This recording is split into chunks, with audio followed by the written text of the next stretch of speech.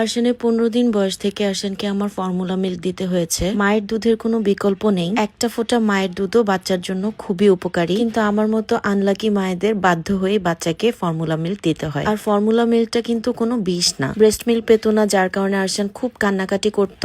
অনেক formula try করার পর ফাইনালি অ্যাপটা মিলটা আমার বেবিকে স্যুট করেছিল। প্রথম 6 মাস আমি ওকে অ্যাপটা মিল 1 দিয়েছি, দেন 6 মাস থেকে 10 মাস পর্যন্ত অ্যাপটা মিল 2 দিয়েছি। আমার ননদ ওর মেয়েকে 6 মাসের পর থেকে ক্যান্ডা মিল দিত। এটা বাচ্চাদের ওজন গ্রোথ বৃদ্ধিতে অনেক হেল্প করে। দেন আমিও আরশানকে 10 মাস শেষ হওয়ার পরে ক্যান্ডা মিল 2টা দিয়েছি। অ্যাপটা মিল ক্যান্ডা মিল দুটোই বাচ্চাদের জন্য খুবই ভালো ফর্মুলা মিল্ক। আমি সবসময় গো বেবি পেজ থেকে পারচেস করি, কজ ওদের পেজে একদম অরিজিনাল আর অথেন্টিক প্রোডাক্ট পাওয়া যায়। আর এখন যেহেতু আরশানের 1 বছর কমপ্লিট হয়ে গিয়েছে, সো রিসেন্টলি আমি ক্যান্ডা মিল 3টা কিনেছি। একটা বাচ্চার পুষ্টির জন্য প্রয়োজনীয় ভিটামিন, মিনারেল, ডিএইচএ সবই এটার মধ্যে আছে। প্রত্যেকটা ফর্মুলা মিল্ক বানানোর কিন্তু একটা প্রসিডিওর আছে, সঠিকভাবে সেটা ফলো না করলেও কিন্তু বাচ্চাদের অনেক ক্ষতি হয়। 30 ml এ 1 স্কুপ দিতে হয়। আরশান স্টিল নাও 120 ml খায়। সো মেজারমেন্ট কাপে একদম মেপেই মিল্কটা দিতে হবে। পানি কম বেশি বা মিল্ক কম বেশি হলে কিন্তু এটাও বাচ্চার ক্ষতির কারণ হয়ে দাঁড়ায়। আর হ্যাঁ, ফিডার কিন্তু কোনোভাবেই শেক করা যাবে না। আসলে অ্যাপটামিল থেকে ক্যান্ডামিলে শিফট করার আমার একটাই রিজন, অ্যাপটামিলটা বাচ্চাদের গ্যাস প্রবলেম হয় না, স্যুট করে, বাট ক্যান্ডামিলটা বাচ্চাদের ওয়েট গেইন থেকে শুরু করে বাচ্চাদের পারফেক্ট গ্রোথ হতে হেল্প করে, হাড় মজবুত করে, ব্রেইন ডেভেলপমেন্টে হেল্প করে, রোগ প্রতিরোধ ক্ষমতা বাড়াতে হেল্প করে, এমনকি চোখের বিকাশের জন্য